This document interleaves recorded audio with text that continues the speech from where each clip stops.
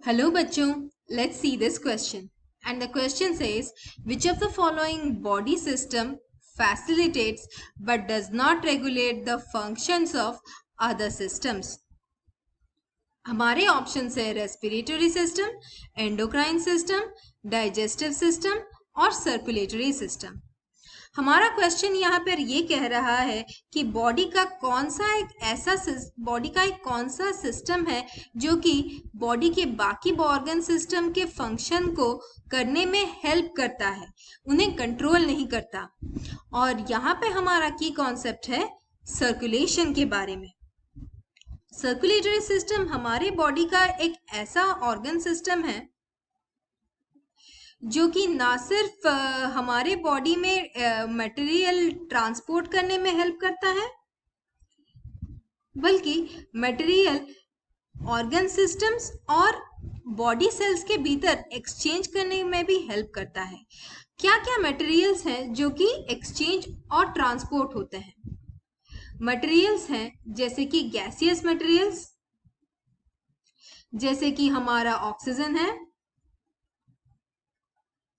Carbon dioxide है,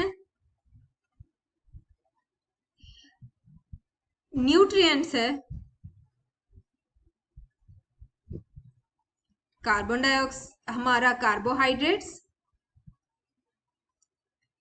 fats, proteins etcetera हमारे waste products हैं, जैसे कि urea, salt, water. Circulatory system का एक पार्ट है हमारा सर्कुलेटरी फ्लूइड, और ये सर्कुलेटरी फ्लूइड हमारे बॉडी में ब्लड है। ब्लड क्या करता है? हमारी बॉडी में मटेरियल्स के ट्रांसपोर्ट और एक्सचेंज में हेल्प करता है। जैसे कि जब गैसियस एक्सचेंज होता है तब सर्कुलेटरी सिस्टम और रेस्पिरेटरी सिस्टम लिंक हो जाते हैं।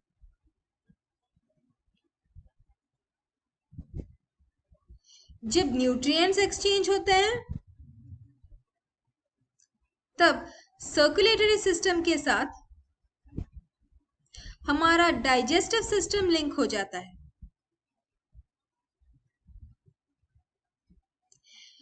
जब वेस्ट प्रोडक्ट्स एक्सचेंज और ट्रांसपोर्ट होते हैं तब सर्कुलेटरी सिस्टम के साथ हमारा एक्सक्रीटरी सिस्टम लिंक हो जाता है।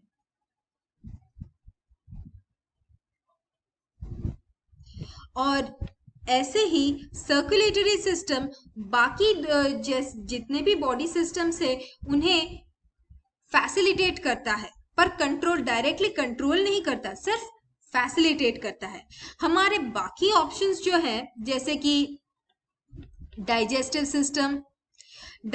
सिस्टम सिर्फ डाइजेशन करता है और न्यूट्रिएंट्स अब्जॉर्प्शन करता है।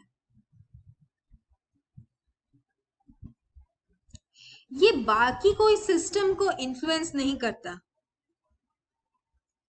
जैसे कि डाइजेस्टिव सिस्टम और रेस्पिरेटरी सिस्टम का कोई लिंक नहीं है। हमारे पास अदर ऑप्शंस हैं, जैसे कि हमारा एंडोक्राइन सिस्टम हमारे हार्मोन से बनता है और ये हार्मोन्स पार्शियली कंट्रोल करते हैं ऑर्गन सिस्टम को, ये फैसिलिटेट नहीं करते हैं।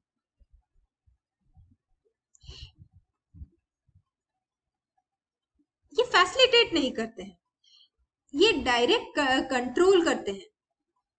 तो फिर ये ऑप्शन भी सही नहीं है।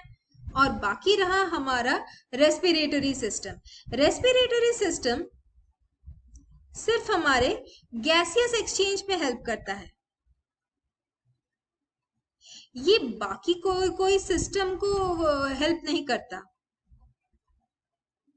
तो यहाँ पर हमारा एक्यूरेट आंसर है सर्कुलेटरी सिस्टम, जो कि ना सिर्फ हमारे बॉडी में ट्रांसपोर्ट और एक्सचेंज करता है मटेरियल्स को, बाकी बॉडी सिस्टम्स को भी हेल्प करता है उनके प्रोडक्ट्स के एक्सचेंज और ट्रांसपोर्ट के लिए।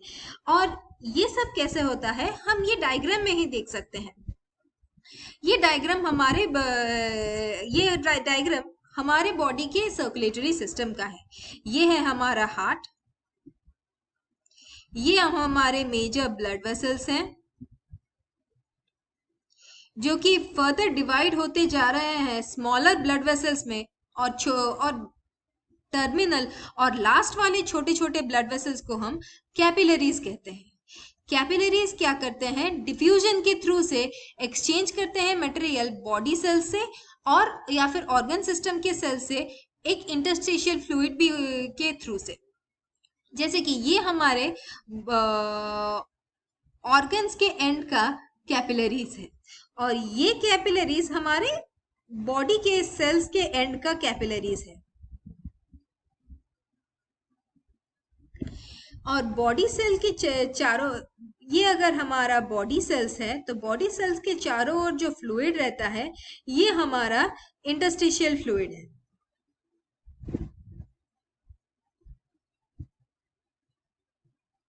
जैसे कि हम एक एग्जांपल ले सकते हैं गैसियस एक्सचेंज का। लंग्स में ऑक्सीजनेटेड एयर है, लंग्स से बॉडी से जो हार्ट से जो डीऑक्सीजनेटेड एयर ब्लड आ रहा है पंप होके लंग्स तक, वो एक्सचेंज होता है इस कैपिलरी नेटवर्क से और एक्सचेंज होने के बाद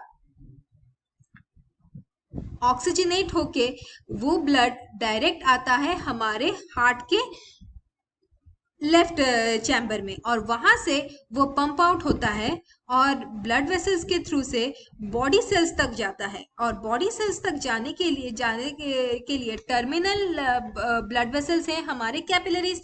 और ये कैपिलरीज जब छोटे छोटे होते ही जा रहे हैं तब वो आके एंड कैपिलरीज में आते हैं जहां पर हमारा बॉडी सेल्स पास ही होता है और वहां पर हमारे मटेरियल्स एक्सचेंज होते हैं इंटरस्टिशियल फ्लूइड के थ्रू से। तो यहाँ पे हमारा आंसर है circulatory system. Which of the following body system facilitates the functions of other system but does not regulate? यहाँ पर आंसर हमारा circulatory system है। I hope you understood the question. Thank you and all the best.